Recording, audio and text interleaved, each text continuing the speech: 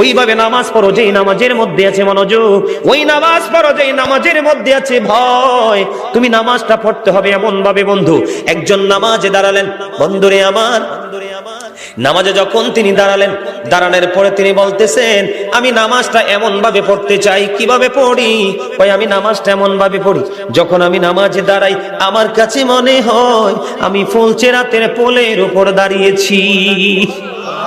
একটু যদি নড়বড় হয় আমি জাহান্নামে নিক্ষিপ্ত হব। তার মানে হলো আমি এতটাই মনোযোগের সাথে নামাজ পড়েছি যেন আমার নামাজটা বিন্দু পরিমাণ কোনো আংশিক ভাবে যেন অগ্রহণযোগ্য বলে আল্লাহর কাছে গৃহীত না হয়। তিনি বলতেছেন আমার কাছে মনে হয় রে এটা আমার জীবনের শেষ নামাজ। আমি এতটা ভয়, এতটা আতঙ্ক নিয়ে, এতটা তাকওয়া নিয়ে নামাজ পড়ি, আমার কাছে মনে হয় আমার পিছনে যেন আজরাইল দাঁড়িয়ে আছে, ডানে বামে সালাম ফিরাতে দেরি রে।